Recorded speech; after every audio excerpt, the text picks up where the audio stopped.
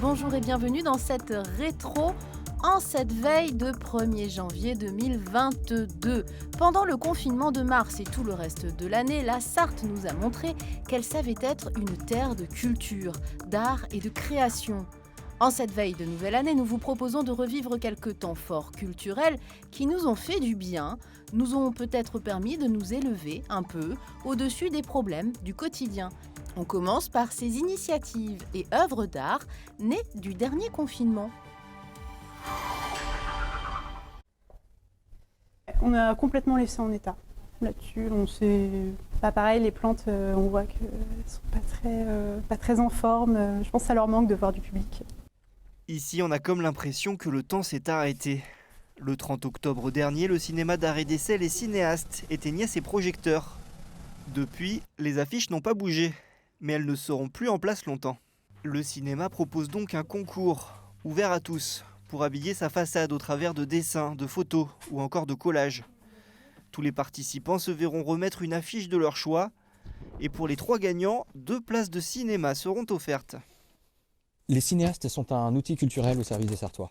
Tout ce qui peut permettre des échanges, le retour à une normalité, de se sentir aimé et attendu aussi par nos spectateurs. Et voici l'affiche gagnante de ce concours, choisie parmi une trentaine de productions, pour certaines très qualitatives d'après les organisateurs.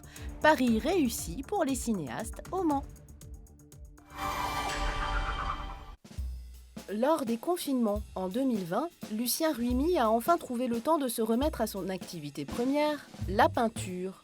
Il en résulte notamment ses personnages debout, penchés, proches du déséquilibre, mais l'artiste veut surtout y voir un mouvement en avant. Soit ils sont penchés et puis ils vont peut-être tomber, soit ils vont faire un pas en avant et puis finalement ils vont poursuivre leur marche. Et moi je pense qu'ils vont avancer.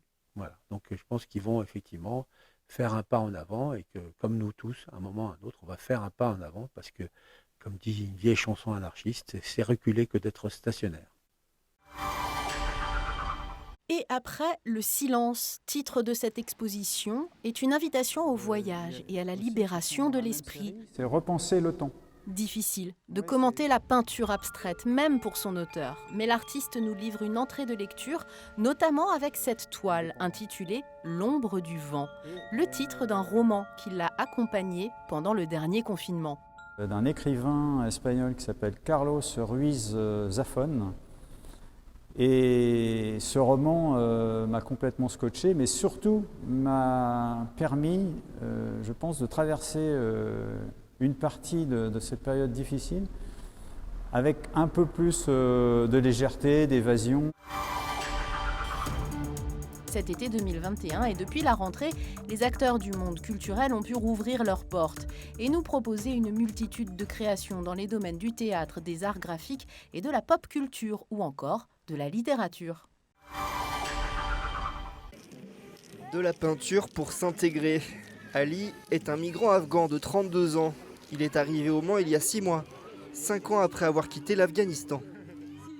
Je suis passé par le Pakistan, l'Iran, la Turquie, la Grèce, la Macédoine, la Croatie, l'Autriche, l'Allemagne, la Belgique et puis la France. S'il participe aujourd'hui à un atelier de peinture, c'est pour apprendre le français et échanger autour de sa situation. Et si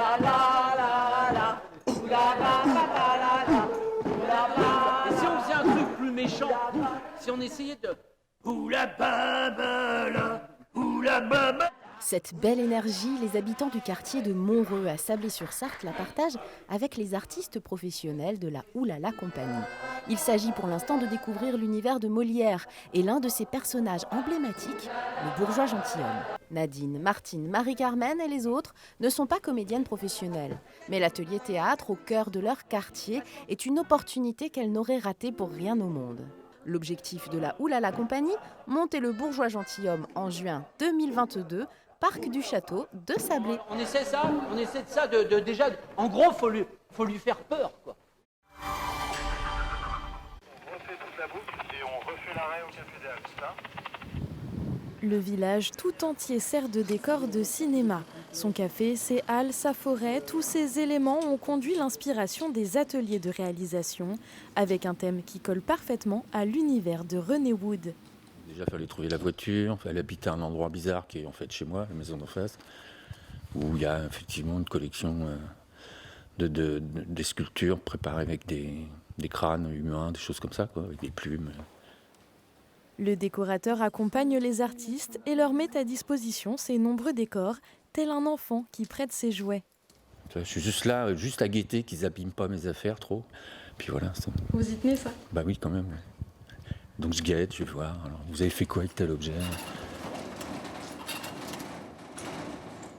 Durant 5 jours, une trentaine d'acteurs et de techniciens collaborent et s'imprègnent de leur lieu de résidence. Ce que j'aimerais, c'est que tu aies le cadre. Donc là,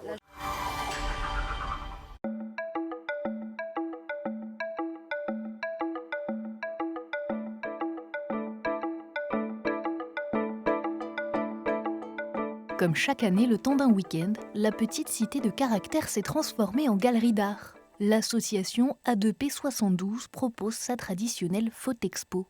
J'ai l'impression que cette année, les gens sont privés de voyages, sont privés de sorties, on va dire, avec cette crise sanitaire. Et donc, je pense qu'ils ont envie de sortir, de voir des choses nouvelles. Ici, vous ne verrez pas d'auteurs masculins. Seules des femmes sont présentes à ce salon du livre qui s'est tenu tôt le week-end à Clermont-Créant. Une volonté du président de l'association organisatrice et qui n'est pas pour déplaire aux auteurs. Déjà, ça me fait plaisir qu'on reconnaisse que les femmes ont du talent. Et ce qui n'empêche pas que les hommes en ont aussi, c'est vrai. Mais comme dit notre président du salon, Jean-Jacques Glotin, il y a effectivement dans les salons beaucoup plus d'hommes que de femmes. Je pense qu'elles sont peut-être un petit peu moins connues. C'est presque magnétique. Avant d'entrer dans les lieux, chaque visiteur se prend en photo devant cette figurine géante. Ça représente toute mon enfance. Le mercredi après-midi, c'était notre dessin animé à regarder régulièrement, les épisodes régulièrement. On n'en loupait pas un. Goldorak a attiré la foule. 2500 visiteurs ont pris part à cette 21e édition de la BD de l'Épau consacrée à ce phénomène de la culture pop japonaise. C'est un engouement national vraiment autour de Goldorak. Et qu'est-ce qui explique ça? Je pense que Goldorak, c'est vraiment une partie de la vie en fait des quarantenaires et cinquantenaires. La Sarthe, terre de passage, a croisé aussi quelques célébrités du monde culturel. Rencontre chaleureuse et à bâton rompu entre quelques manceaux et Plantu, dessinateur de presse au journal Le Monde pendant 50 ans. Et quand on lui demande s'il aime Le Mans... J'adore. En plus, tiens, j'ai dessiné votre mère. C'est tout jeune, ouais. Il répond comme toujours par un dessin du maire de la ville, Stéphane Le Foll en l'occurrence. Il a l'os du crâne qui se voit là. Et chez Stéphane Le Foll, ça se voit, et Mitterrand aussi. Ils sont peut-être du PS tous les deux, hein, je sais pas. Tout peut être caricaturé. C'est la liberté du dessinateur de presse, de celui qui, en quelques traits, doit nous faire voir le monde et ses paradoxes. Alors, Plantu continue de transmettre ses idées, surtout aux jeunes. D'abord, moi, ça m'apprend beaucoup de choses sur la société qui change. Il y a des questions qu'on me posait il y a 10 ans. On m'en pose d'autres aujourd'hui. On sent que la société a changé. On sent que maintenant, la liberté, parler de la liberté... Moi, je ne me posais pas la question il y a 20 ans sur est-ce que j'ai le droit de dessiner, jusqu'où je peux aller. Je faisais mes dessins dans le journal. Est-ce que Le Mans surprend les auteurs invités au Salon du Livre Faites lire? Nouvelle formule. Il y a 2 types de réponses. D'abord celle des écrivains qui ont vécu en Sarthe ou qui connaissent bien la région. J'y suis née, j'y ai vécu 23 ans avant de partir pour faire mes études et travailler. Donc c'est une ville que je connais très bien, que j'ai dans le cœur. J'espère pouvoir retourner y vivre prochainement. Parce que c'est une ville qui évolue, c'est plus la même ville aujourd'hui que quand j'avais 10 ans. Pourquoi Le Mans ne me surprend absolument pas? Parce que ça fait des années et des années que j'explique tout autour de moi que Le Mans est une très belle ville, une magnifique ville, une des plus belles villes de France. Mais il est vrai que Le Mans a un problème, qui est que l'impact, la force de l'impact, d'une part de la rillette et d'autre part des 24 heures, fait que ça a occulté le fait que c'est une ville très belle. Il me surprend et je demande qu'à être surpris encore et encore et encore. Il faut brasser du monde et quoi de mieux qu'un salon littéraire, mais il y a plein d'autres choses aussi. Il faut faire de nos villes de province comme ça qui sont de taille intermédiaire des carrefours inévitables. Et je pense que la culture est là pour ça aussi. Ce jour restera dans l'histoire de Bessay-sur-Bray. Le grand champion du tennis français Yannick Noah est sur le court numéro 2, qui porte désormais son nom. C'est agréable de pouvoir revenir au contact de gens dans un club dynamique. C'est une façon de revivre des émotions que j'ai vécues à l'époque où on commençait, on jouait les petits tournois dans des petits clubs où il y avait encore une ambiance familiale. On retrouve un petit peu ça. Attention, c'est Jean-Philippe qui est décédé, Johnny n'est pas mort. Ce samedi, zone du Panorama, Pierre Billon, compagnon de route et ami de la star, est venu dédicacer un livre en hommage à Johnny Hallyday. Se faire dédicacer un ouvrage dans un magasin de moto, ce n'est pas commun, et pourtant, pour le motard, c'est bien plus logique. On a tous un lien en commun. Ce lien en commun, c'est la moto de toute façon. Donc c'est l'amour de la moto, l'amour de la route, l'amour de ce que tu peux ressortir en moto, c'est-à-dire les douleurs éventuelles quand il fait froid, les douleurs éventuelles quand il fait chaud, la pluie quand tu la prends plein la gueule, mais aussi la joie de t'arrêter entre potes et de boire un café. Enfin, dans l'ancien temps, il y a un an, quoi.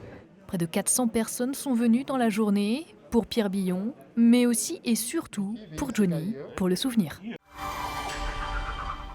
Enfin, nous vous souhaitons une très belle année 2022 avec un clin d'œil à une de nos célébrités locales, Vincent Cerruti. LMTV Sarthe a été mise à l'honneur dans Les Enfants de la télé présenté par Laurent Ruquier en mars 2021. La Sarthe, une terre de talent et de culture, toutes les cultures. Faudrait qu'on rajoute des rires derrière. Comme ça, je me sens vraiment seul. C'est possible en régie ou pas de rajouter des rires, non? Les papyrus sont des surnoms que l'on donne aux vieillards de Russie. Voilà. Bon, alors ça, c'est fait. Quel âge vous aviez là? J'avais 19 ans. Merci beaucoup parce qu'en fait, je dois tout à Jean-Yves qu'on a vu tout à l'heure, Jean-Yves Breteau de Radio Alpa, qui est une radio associative qui fait partie de la Frama, et puis à Pascal Brulon qui m'a permis de faire de la télévision sur la chaîne locale du Mans. En fait, ça a été mon laboratoire et moi, je dois beaucoup à... Je vous embrasse et je vous aime fort. Et c'est vrai que j'étais agité parce que je voulais bouffer de l'antenne. C'était vraiment la radio et puis la télé est venue après, en fait.